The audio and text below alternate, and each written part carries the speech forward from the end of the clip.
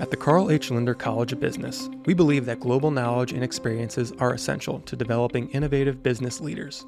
My name is Grant Freaking, Manager of College Communications and Marketing at Lindner.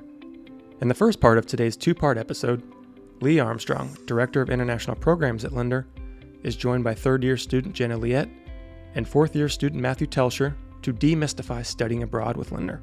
The second part of today's podcast is Lee's interview with Juan Cabrera, who works for one of Lindner's exchange partner universities in Mexico. But that's enough for me. Here's Lee Armstrong, Jenna Liette, and Matthew Telscher. Thanks, Grant. Jenna and Matthew, thanks for joining me today. Could you introduce yourselves to the Bearcat Mean Business audience? I'm Matthew Telscher, and I'm a fourth year studying finance and insurance risk management, and I'm expected to graduate in the fall of 2025. And I'm Jenna Liette. I'm a third year majoring in finance and international business with a minor in information systems, and I am expected to graduate in May 2026. During the 2023 to 24 academic year, 450 business students studied abroad, visiting a total of 33 different countries. Across all of our study abroad programs, students visited 58 companies and studied at 6 different partner universities. Lindner's International Programs Office helps students define study abroad programs by their location and length of time that best fits their needs. Lindner offers faculty-led, which are short programs that have international travel embedded in a UC semester-long class. They are the most popular way to study abroad and include the support of faculty leaders traveling with students. These courses travel over spring break or after semester exams in December or May break. We offer flexible summer options through our European partners, which range anywhere from 2 weeks to 8 weeks long. Our longest and most immersive option is to study for a full semester on exchange at one of our partner universities. Matthew, tell us how long you studied and where you studied. I studied for pretty much a full 5 months in southwest Germany in a city called Mannheim, Germany, which is about an hour or so south of Frankfurt. I studied for 9 weeks total. Last summer, I did 2 separate programs. The first program was 6 weeks long at the Audencia Business School in Nantes, France. And the second program was a 2.5-week long study abroad at the University of Ljubljana in Slovenia. And can you tell me how the International Programs Office helped you choose those programs and decide where to go? Yeah, so I chose both programs mainly because I wanted to be in Europe as long as possible, and Lindner International Programs gave us a lot of different options for the summer, and I chose the 2 that sounded the most interesting to me. I had one of the advisors, Karina, she helped me a lot with figuring out the technical parts of doing 2 different programs in the summer. I emailed her many questions, and she always gave me good answers. And then we also had a couple meetings before study abroad to meet other students going and learn more about the places we were going. And Matthew, how did you choose Germany? Yeah, to kind of piggyback off what Jenna said, I met with Karina and Emily, who are the 2 other international advisors, and we sat down and kind of hashed out. I knew I wanted to do a full semester. It kind of came down to Cork, Ireland, or Mannheim, Germany, and ultimately Mannheim for kind of the longevity of it, but also for the price range, fit a little bit better in my schedule and kind of where I was comfortable with spending. And I wanted to be more centrally located, which they helped me out kind of figure Mannheim is pretty dead center of Europe, and we had meetings with past students that had gone to Mannheim and actual students enrolled in Mannheim that were over at UC for a semester, and we kind of compared the likes and differences between life in Clifton at UC and life at Mannheim enrolled in Mannheim. Thanks. You both took part in longer programs, which are programs where coursework is taught by the local professors. Matthew, what classes did you take, and were there any differences in teaching style or academics from UC? Yeah, I took 6 business courses over there. One was a financial markets and human capital, which was bi-weekly, which was one of the main differences. I'm used to a Monday, Wednesday, Friday, or a Tuesday, Thursday kind of schedule. I had a sustainable investing class. I had an investments and asset pricing course. I had a long course called Immigration, Integration, and Dislocation, and then I had a Human Resource and Management course that I took over there. And I would say the biggest difference especially is courses were once a week for an hour and a half only, and that was the lecture period. Then they have another day you would meet in class called an exercise period, where they kind of rehash actually kind of working through what you learned in the lecture, which was a lot different than what I'm used to, especially. And it's also kind of difficult figuring out what your schedule is going to be as an international student, because you're handpicking these courses versus the students already in Mannheim have their whole semester laid out until they graduate, since they don't get nearly as many free electives and wiggle room to play around like we do here. Was definitely the biggest thing of just overall class navigation, for sure, was the biggest difference to me. What was your favorite class and why? I really liked my immigration class. Our class at max, I think, was 12 people. It was me, my girlfriend Ella, who also goes here, and then the other Americans were a kid named Charlie from South Carolina and another guy, Jack, from Alabama, and the rest were from all over. And it's kind of neat to see how different countries and different people handle immigration and where different people tend to go towards. So we had a lot of your more difficult conversations with people. It kind of gives you a more real world experience that each country is different, and the different wants and needs of people immigrating are always different. It's always changing. So you get a much more real experience than if you kind of just talked with only kids from America or kids only from whatever country. So I liked that class a lot. Okay. Now, Jenna, the summer schools are different in that you're taking intense week-long programs. Mm-hmm. I guess what types of courses did you take, and were there differences in teaching styles? I took a lot of classes that correlated to my international business electives, and a couple that were also considered finance electives. Some of them included international finance, cross-cultural management, the psychology of money, and business plan development startups, to name a few. I would say there were a lot of differences from summer classes in Europe compared to semester-long classes at UC. For example, I didn't have as much homework abroad, and we had one big final exam or group project at the end of every week, and I feel like the grading was a bit more lenient because the work was a lot more collaborative with the students that I was in class with. So I liked that aspect because I got to work with people from all over the world and learn about their different working styles and being able to get to know them at the same time. Did you have a favorite class, and what was that? Mm-hmm. My favorite class was cross-cultural management in France because the professor I had was a professional public speaker, and he was very expressive in the way he taught, and that really grabbed my attention, especially during the long class days. And he really caused me to step out of my comfort zone and think about things that I don't normally think about. So it was a really, eye-opening class for me.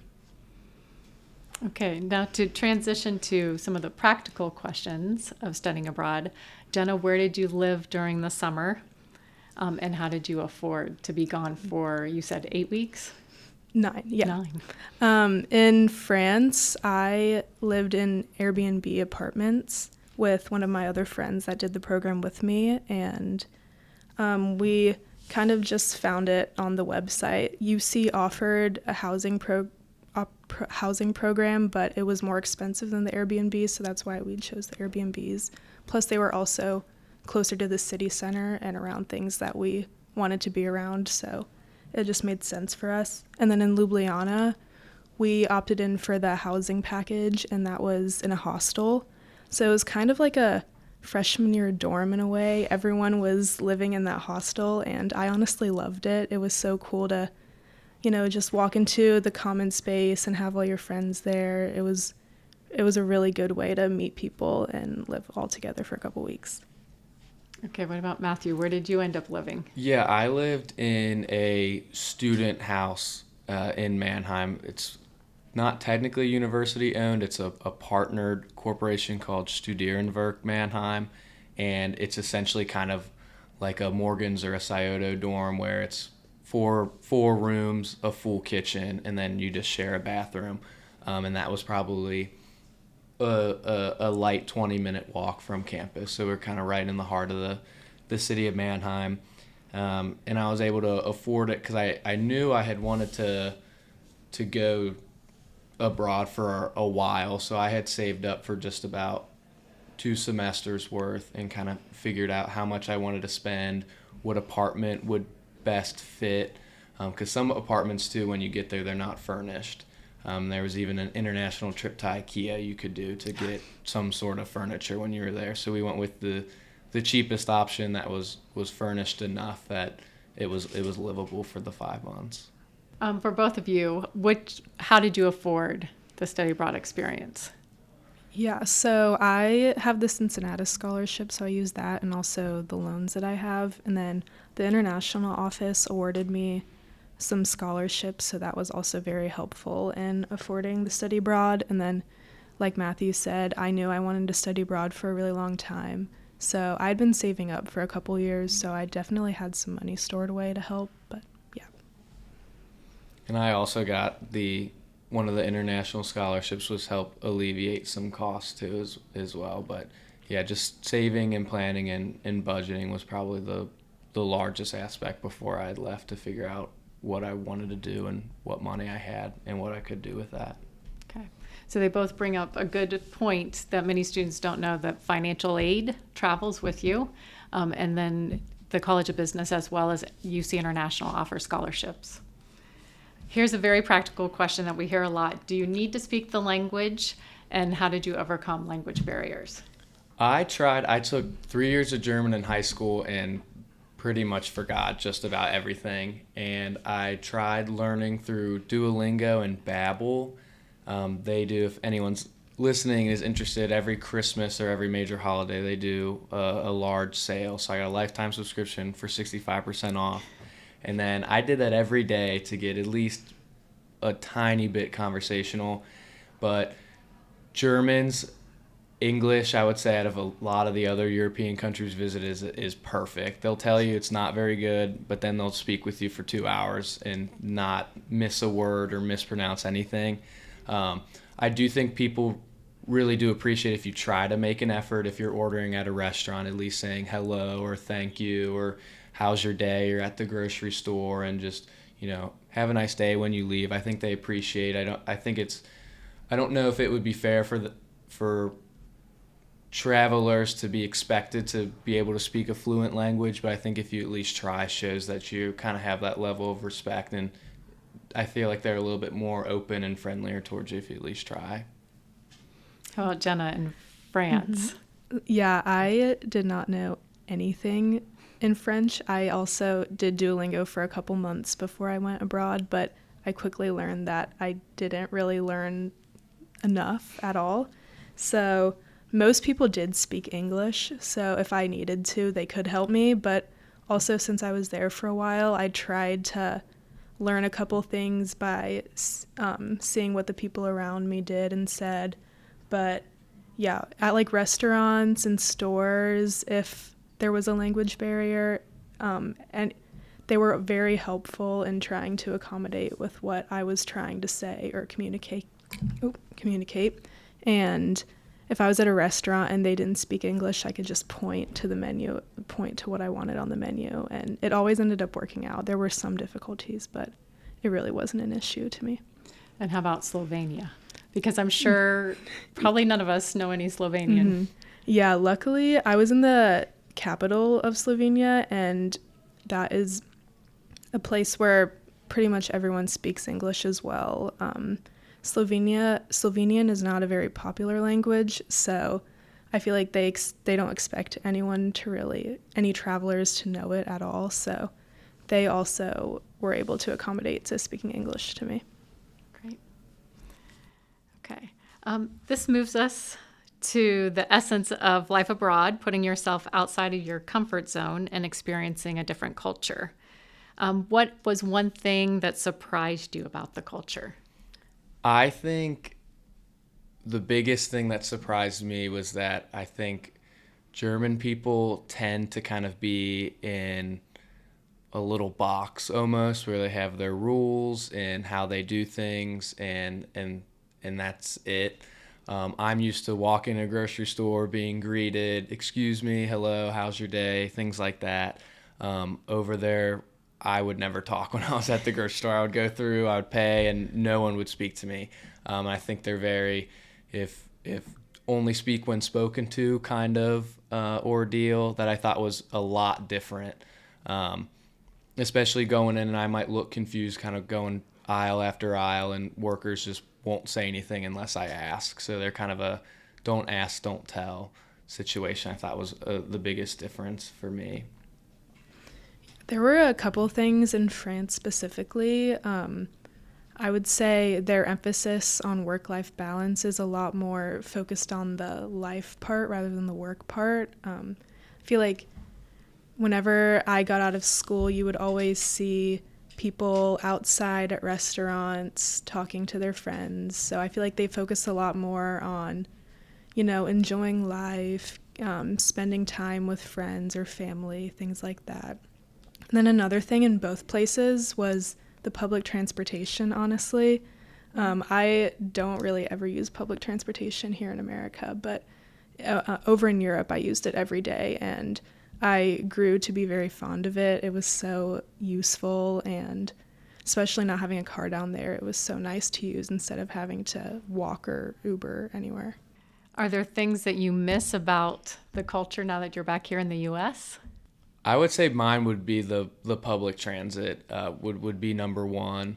I think grocery shopping over there, even if the euro is or a dollar is less than a euro, I believe, if my conversion's right. But I think a euro in terms of grocery shopping goes a lot more, where I can get almost a whole week's worth of groceries in less than half of what I can here. But I also miss Mannheim is perfect to go bike riding or running anywhere. So I miss just being able to hop on a bike, because students actually get the first 30 minutes free, and then after that you pay like 10 cents or something like that.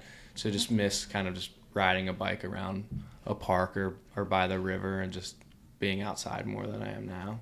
Yeah, there are so many things I miss about it. A big thing is just like the food and drinks, because there are certain like food items that I loved there that you don't really see here at all, and just like being able to go grab a drink with friends on an afternoon. I feel like that's not normalized here, but there it very much is. So I miss that part about it a lot.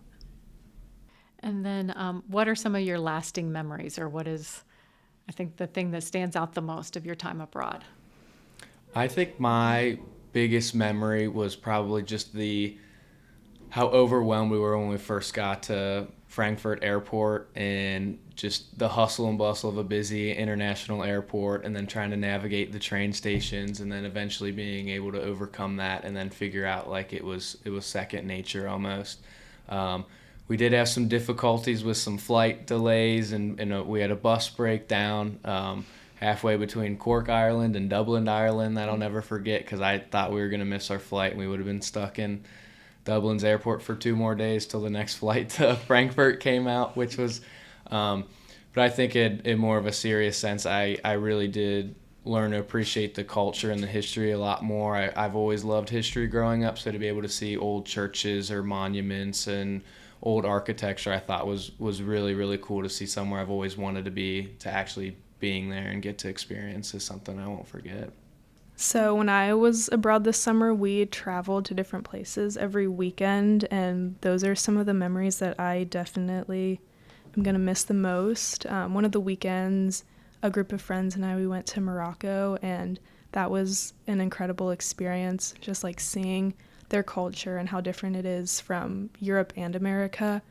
I loved every minute of being there, and I definitely made some lifelong friends and memories while I was there. So I'm going to miss that the most. And just like the certain places that I went to all the time with my friends, like not being able to go back to our favorite restaurants or pubs, things like that is definitely something I'll miss. So only 6% of our Lindner students study abroad. So what advice would you give to students to really encourage them to take this opportunity to study abroad before they graduate? I think it's definitely an opportunity that everyone should take advantage of. It's a great way to not only further your academic career, but also to immerse yourself in a different culture and see what life is like outside of America. It's also a great way, if it's your first time leaving the country, it's a great way to do it because you're surrounded by other students that are in a similar situation as you.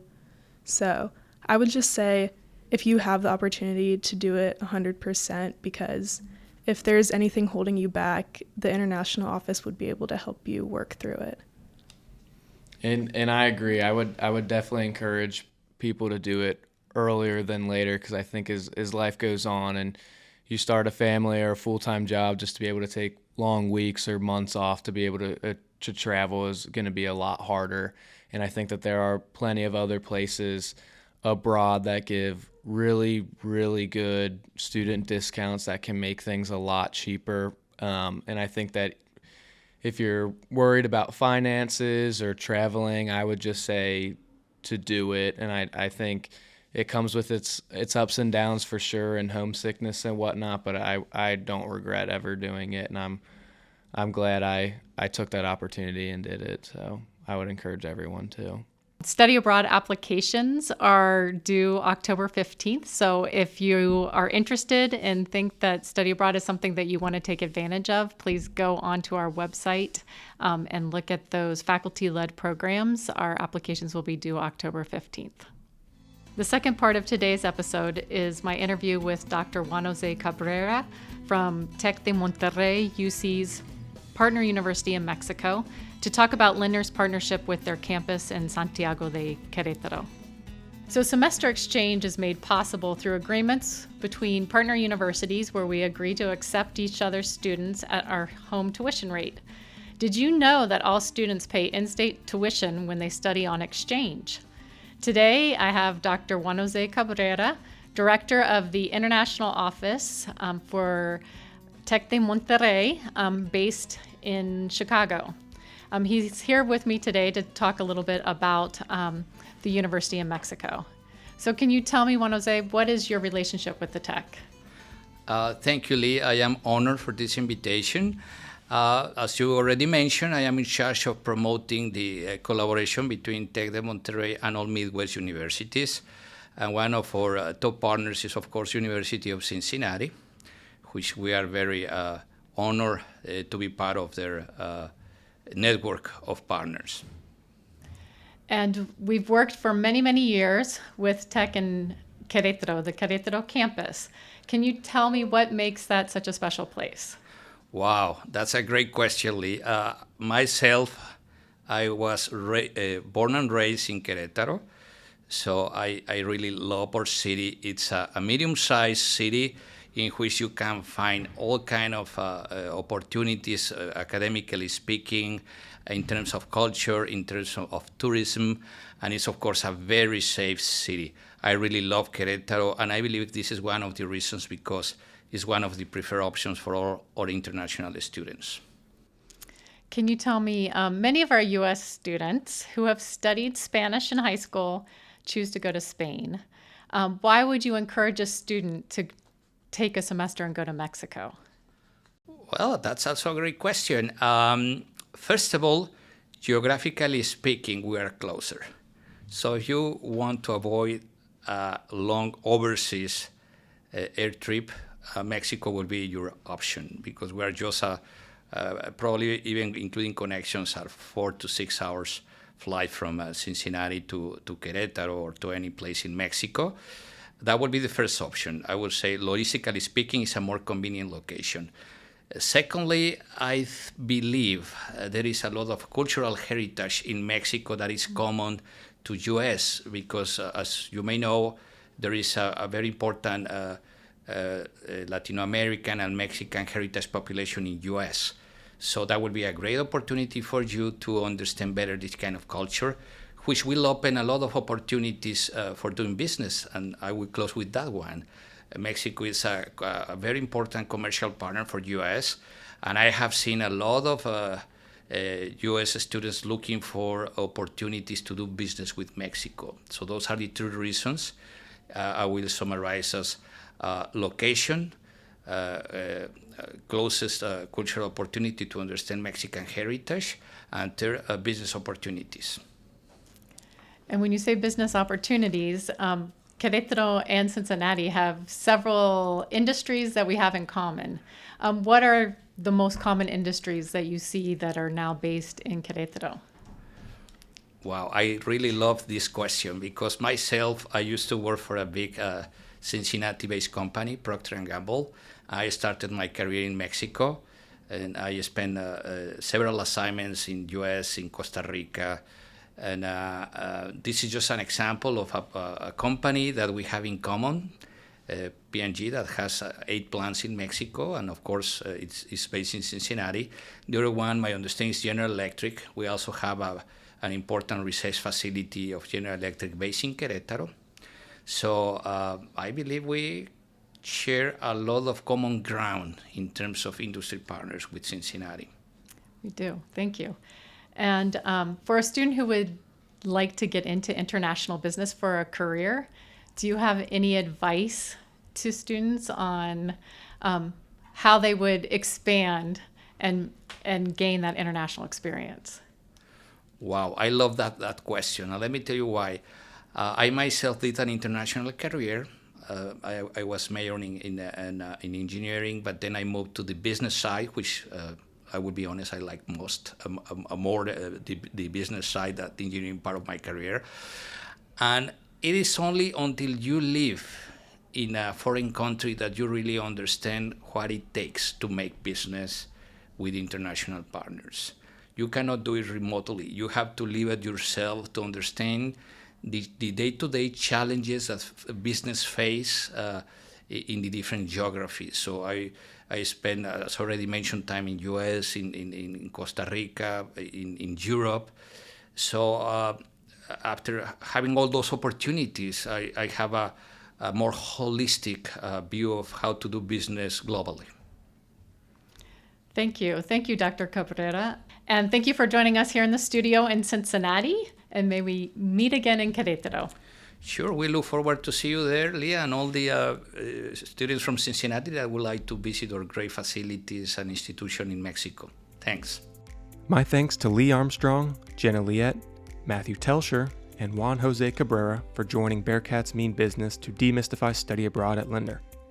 For more information on Lindner Study Abroad, visit business.uc.edu/study-abroad or email lcbgoabroad@uc.edu. Please subscribe, rate, and review Bearcats Mean Business wherever you listen to your podcasts. Thanks for tuning in. Go Bearcats.